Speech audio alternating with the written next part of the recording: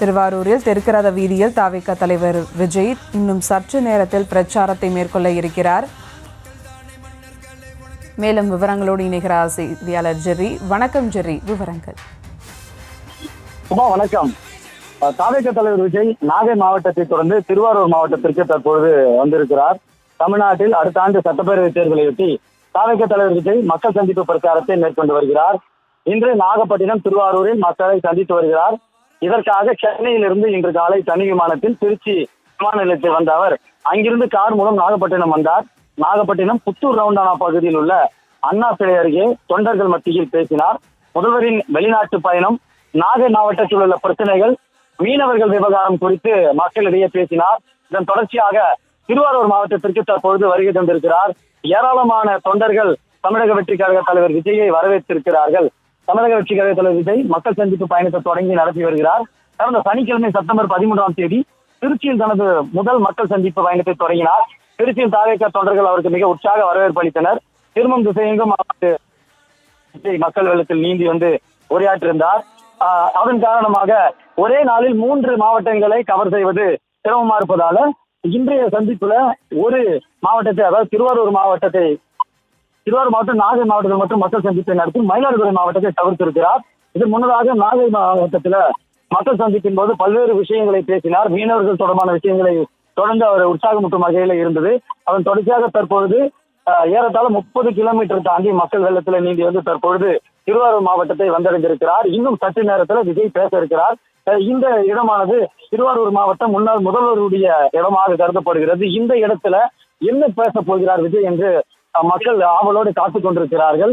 அதாவது இந்த இடத்திற்கு வருவது ஏறத்தாழ 2-3 மணி நேரத்துக்கு மேலாக வழிநடுக தொண்டர்கள் அங்கே வரவேற்பு அளித்திருந்தனர். எனவே இதையெல்லாம் தாண்டி தற்பொழுது வெகு நேரமாக கடந்து வந்துதான் இந்த இடத்திற்கு வந்திருக்கிறார். அவர் 3 மணிக்கு இங்கே வந்திருந்து மக்களிடம் சந்திக்க திட்டமிடப்பட்டிருந்த நிலையில தற்பொழுது 5:30 மணிக்கு அவர் பேசுவார் என்று எதிர்பார்க்கப்படுகிறது. இங்க இருக்கக்கூடிய திராவிட முன்னேற்ற கழகத்தினுடைய சட்டமன்ற உறுப்பினர்களுடைய குறைகள் மற்றும் மக்களுடைய எதிர்பார்ப்புகள் உள்ளவற்றை விஜய் பேசுவார் என்று எதிர்பார்க்கப்படுகிறது.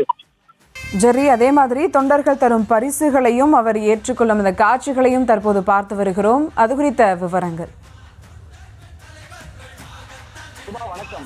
வழிநடுக, அதாவது கடந்த வாரம் சுற்றுப்பயணமாக இருக்கட்டும், இந்த வார சுற்றுப்பயணமாக இருக்கட்டும், வழிநடுக தொண்டர்கள் விஜயனுடைய புகைப்படம், குறிப்பாக பெரியார், அம்பேத்கருடைய புகைப்படங்கள் ஆங்காங்கே அவர்கள் ஏந்தி வந்திருக்கிறார்கள். கொள்கை தலைவர்களுடைய புகைப்படத்தை விஜய்க்கு பரிசாக கொடுக்கிறார்கள். அதே போல விஜயனுடைய புகைப்படத்தை அந்த பகுதியில் இருக்கக்கூடிய மாவட்ட செயலாளர் மற்றும் நிர்வாகிகளுடன் ஒன்றிணைந்த புகைப்படமையும் கொடுத்து வருகிறார்கள்.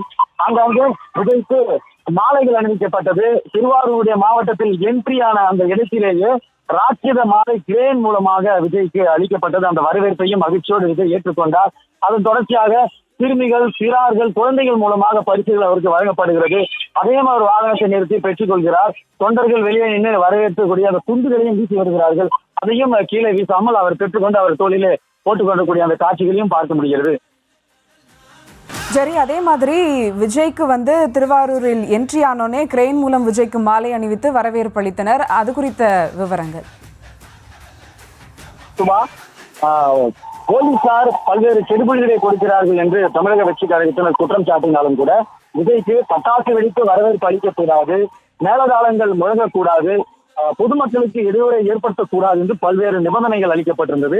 கடந்த வாரம் திருச்சியில் 23 நிபந்தனைகளும், தற்பொழுது இங்கே நாகப்பட்டினம், திருவாரூர் மக்கள் சந்திப்பில் 20 நிபந்தனைகளும் போலீசார் விதித்திருந்தனர். இந்த நிலையில விதிக்கப்பட்ட விதிமுறைகள் முக்கியமானது பொதுமக்களுக்கு இடையூறு ஏற்படுத்தக்கூடாது என்பதுதான். இந்த வரவேற்பு நிகழ்ச்சி நடத்தக்கூடாது என்பதும் ஒரு முக்கியமான விதியாக இருக்கிறது.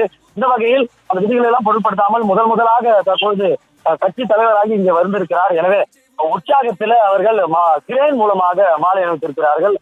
அந்த பெரிய ஒரு கிரேன் சாலையில நிறுத்தியதால கூட்ட நெரிசலும் அதிகமாக இருக்கிறது. ஒரு ராட்சத மாலையும் அவருக்கு அணிவிக்கப்பட்டிருக்கிறது. அதையும் அவர் ஏற்றுக்கொண்டு உடனடியாக அங்கிருந்து புறப்படுவதற்காக சைகை மூலமாக அவர் தொண்டர்களுக்கு கட்டளையிட்டார். சுபா,